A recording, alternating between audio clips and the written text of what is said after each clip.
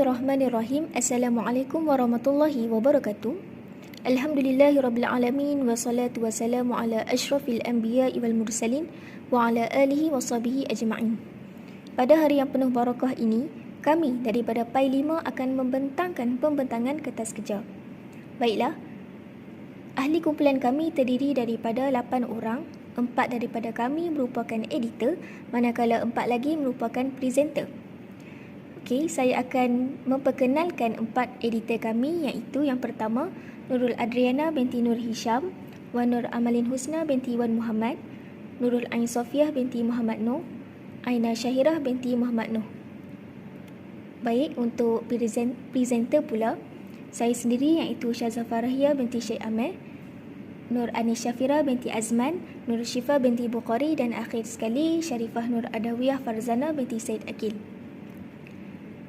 Seperti yang saya katakan tadi, pembentangan kertas kerja ini merupakan forum perdana yang bertajuk Penghayatan Sunnah Rasulullah di Era Digital.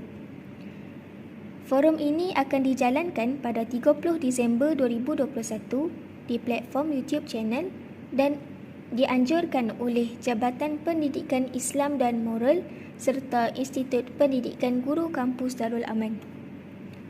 Baik, kita akan beralih pula kepada tujuan kertas kerja. Kertas kerja ini dihasilkan adalah untuk mendapatkan kelulusan bantuan kewangan dan kemudahan peralatan daripada Kolej Kediaman Institut Pendidikan Guru Kampus Darul Aman. Jadi, untuk mendapatkan bantuan kewangan dan kemudahan peralatan, disebabkan itulah kertas kerja ini dihasilkan. Kemudian, kita akan lihat pula kepada pengenalan. Program ini adalah berdasarkan keprihatinan pihak mahasiswa terhadap perkara-perkara berikut. Yang pertama, pelaksanaan ini dilaksanakan bagi melahirkan mahasiswa yang sentiasa mengingati Rasulullah dan mengamalkan sunnahnya dalam kehidupan seharian. Yang kedua, program ini diharap dapat memberikan kesedaran kepada mahasiswa untuk sentiasa menjadikan Rasulullah sebagai role model dan ikutan. Baiklah, saya akan serahkan pembentangan yang seterusnya kepada saudari Syarifah Nur Adawiyah Farzana binti Said Akil. Dipersilakan. Baiklah, kita pergi kepada bahagian seterusnya, iaitu tentang objektif program ini diadakan. Yang pertama, objektif program ini adalah untuk mendedahkan peserta forum tentang sunnah Rasulullah, yang di mana kita sebagai umat Islam perlulah mengikuti sunnah-sunnah Rasulullah. Yang kedua, program ini adalah bertujuan untuk meningkatkan penghayatan peserta forum terhadap sunnah Rasulullah dari aspek ibadah, akidah dan kepimpinan. Yang ketiga, objektif program ini adalah bertujuan untuk menerangkan kepentingan penghayatan sunnah Rasulullah dalam kehidupan. Baiklah, seterusnya, apakah pula justifikasi program ini?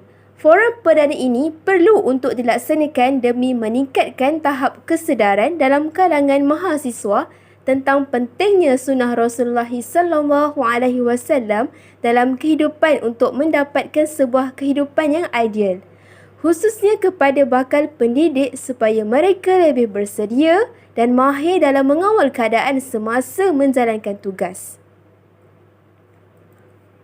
Hasil pembelajaran daripada program ini, yang pertama, peserta program dapat menghayati sunnah Rasulullah SAW di era digital, yang di mana pada zaman era globalisasi ini terdapat pelbagai platform-platform yang boleh anak-anak muda untuk mengetahui dan menghayati sunnah Rasulullah SAW, dan ianya terdapat dalam program ini. Yang kedua, peserta dapat memahami input yang disampaikan dalam program. Hasil pembelajaran yang ketiga, peserta juga dapat mengaplikasikan sunnah-sunnah Rasulullah SAW dalam kehidupan seharian, yang di mana terdapat banyak sunnah-sunnah Rasulullah SAW yang perlu kita terapkan dalam sanubari kita.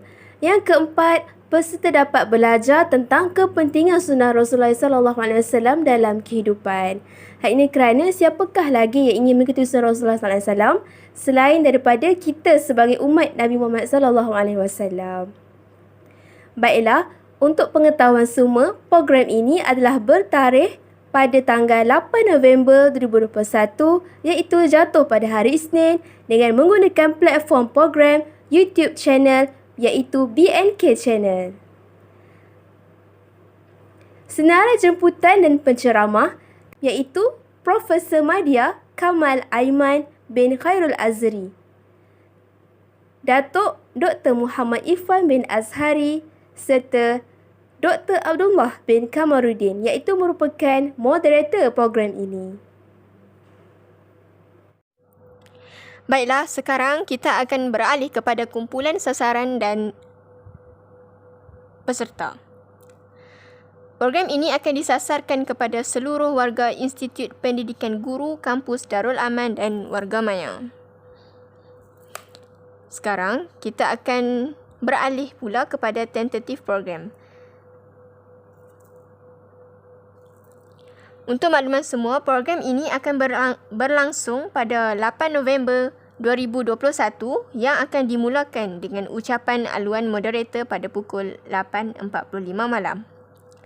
Pada pukul 8.55 malam, akan berlangsungnya bacaan doa.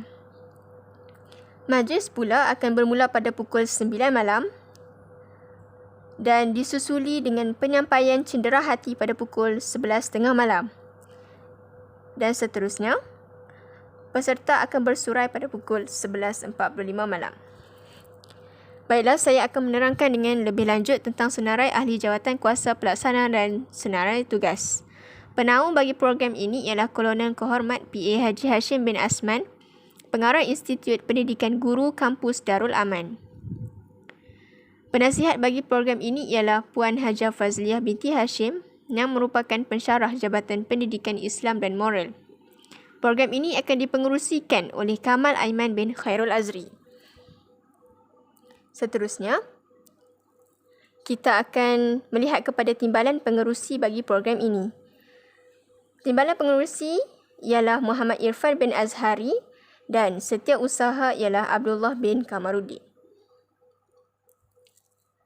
Senarai ahli jawatan kuasa bagi program ini, yang pertama AJK Makanan, Muhammad Irfan bin Azhari, AJK Publicity, Kamal Aiman bin Khairul Azri, AJK Peralatan, Abdullah bin Kamarudin dan AJK Cenderahati ialah Muhammad Irfan bin Azhari.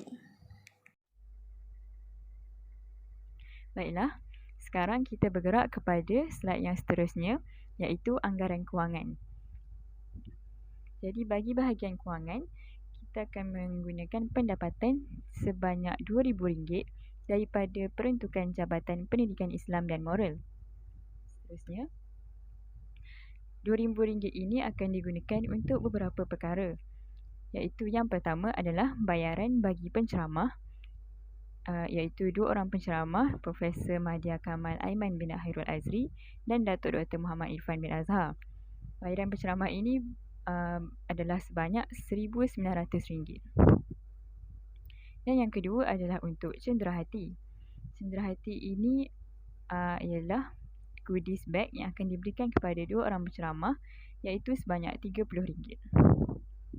Bernilai sebanyak RM30. Dan yang terakhir adalah untuk makanan bagi penceramah. Jadi 2 orang penceramah, menu yang disediakan ialah menu yang telah dipilih ialah bihun goreng, air teh panas dan kuih muih. Makanan penceramah bernilai sebanyak RM24. Jadi keseluruhannya adalah lebih kurang RM2,000. Okey, slide yang seterusnya. Okey, seterusnya adalah tentang keperluan peralatan. Kita memerlukan beberapa peralatan untuk menjayakan program ini. Yang pertama adalah komputer riba sebanyak 1 unit.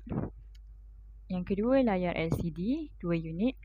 Yang ketiga, pembesar suara 2 unit.